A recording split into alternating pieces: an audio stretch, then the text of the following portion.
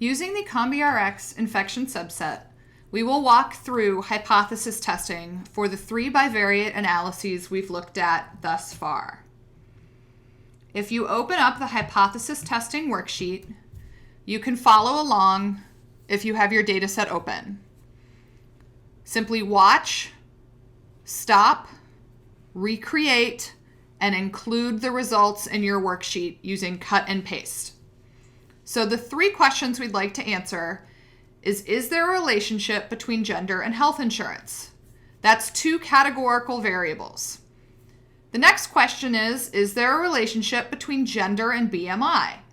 That is 1 categorical variable and 1 continuous variable. The third question is there a relationship between age and weight? And those are both continuous variables. So let's start with our data.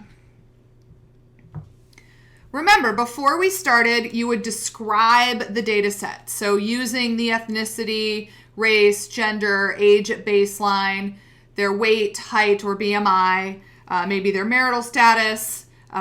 You would describe the sample that you have. For sure, we know we have 344 observations in this sample, and we know that this data comes from the larger CombiRx clinical trial in relapsing remitting multiple sclerosis. So that is your data source.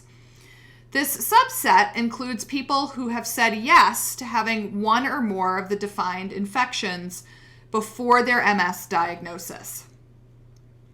So you would start with your data summary, and now we're going to jump straight into hypothesis testing. Is there a relationship between gender and health insurance? This is a 2x2 table, or a contingency analysis, or a comparison of proportions. Those are all the same thing. Our null hypothesis would be that there is no relationship between gender and health insurance, and our alternative hypothesis would be that there is a relationship between gender and having health insurance. So we go to Analyze, Fit Y by X. Gender is our X factor here, and health insurance is our Y response, and press OK. We get a Mosaic plot, a contingency table, and our test results. We've already talked about the Mosaic plot. This is the overall proportion of people with health insurance and without, and this is the breakdown by gender. Again, the Mosaic plot's not very useful to people who don't know JMP, so we'll close that.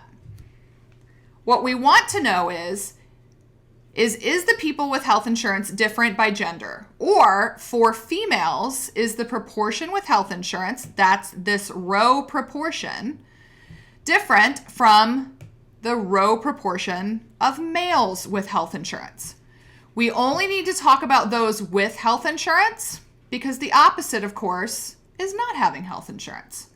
So let's bring our Microsoft Word document in and outline the tests of hypothesis testing for a 2x2 table. So our null hypothesis here is there is no relationship between gender and health insurance.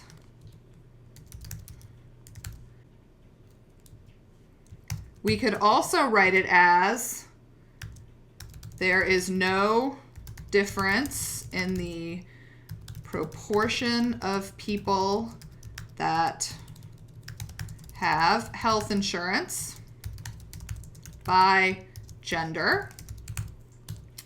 We could also write it much more mathematically as the proportion of females with health insurance is equal to, and we'll just cut and paste here, the proportion of males with health insurance. And then our alternative hypothesis, and in fact, I'll just cut and paste this here, could be written as there is a relationship between gender and health insurance. There is a difference in the proportion of people that have health insurance by gender, or that the proportion of females with HI or health insurance is not equal to the proportion of males All of these actually are the same question. It just depends on how you want to word it. So we have our results here. I can cut and paste these into my worksheet. And I'm going to paste special, and I'm going to paste them as a PDF so that I can make this a smaller image so it's not taking up the whole page. So now remember, what I'm looking for here is my p-value. So my p-value here is going to be this likelihood ratio p-value. So my p-value equals 0.3061. Remember, if our p-value is less than 0.05, we'll pick the alternative. If our p-value is large, that means we don't have a lot of evidence that we have a difference in the proportion of people with health insurance by gender, and we'll choose the null hypothesis. Because this p-value here is greater than 0.05, we are going to choose H naught, which remember, we already assumed was true. So our statistical decision is to choose H naught. In words, we would say there is no statistical difference between males and females in terms of the proportion that have health insurance. It's very important to put it back into words. There are many, many different ways to say this, but it needs to be in the words. You can't simply say there's no difference. So to this, I would like to actually add some results between males and females that have the proportion that have health insurance. So my males are 85 and 85.7%. And my females are 220 and 89.8%.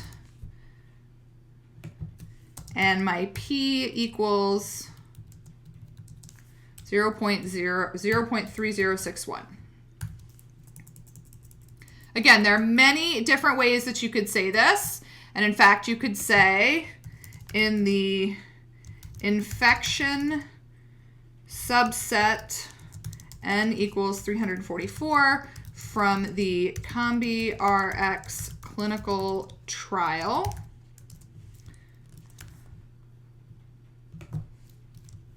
There is no statistical difference between males and females in terms of the proportion that have health insurance. So that reads a little bit strangely. I would say there is no statistical difference in the proportion having health insurance between males and females, and do that. So that actually answers your this first question. Okay, so what about our next question?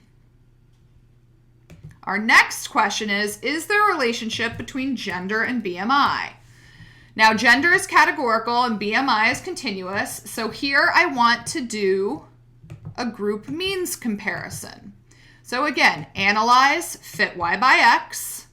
I'm going to put my gender as my X and my BMI as my Y and press OK. Now again, remember, with group means, you have to tell JMP what you want. So I want to look at the means and standard deviations. That will give me my observed values. And I want to ask JMP to tell me this pooled t-test, means ANOVA pooled t-test. It's going to give you a lot of information here, but the only thing that you really need to pay attention to is this. Is this probability greater than the absolute value of t? This is our two-sided p-value for this question. So again, I'm going to go ahead and take my results here and put them into my Word document so I can work on my summary. Again, I'm going to paste special and paste a PDF so that I can see it all in one place here.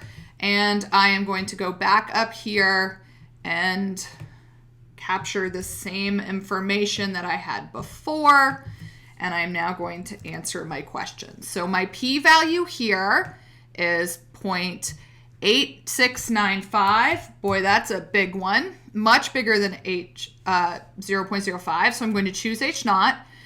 And now I need to change my words to reflect that I did a means comparison.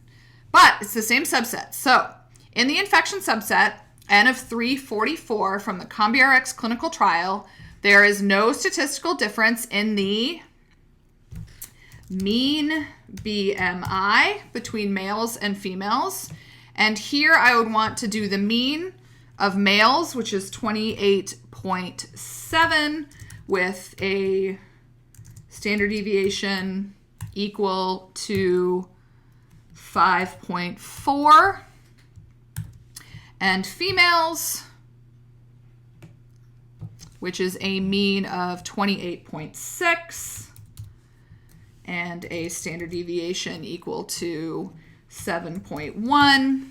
And my p-value here I can put in at 0.8695. 8695. So that answers that question. Now let's take a look at the third question. Is there a relationship between age and weight? Is there a relationship between age and weight? This is two continuous variables, so that is a correlation. Analyze, fit y by x. I'm going to put my age as my x because I'll feel more comfortable saying as people age, what happens to their weight. So as age increases, what happens to weight? So weight will go on my y. And again, we get a scatter plot here. Now remember, I have to ask JMP to give me my density ellipse of 0.95 and then have it show me these results. I will take, again, grab a picture of this, copy it as a PDF, so I'll paste special as a PDF. And I can now answer this question. And I will go up here and I will copy this just so I can fill it in. So my p-value here is 0.8661. That's this significant probability. And remember, what we report for correlation is an R value. In the infection subset, there is no association between age and weight. R equals minus 0.01, nearly 0.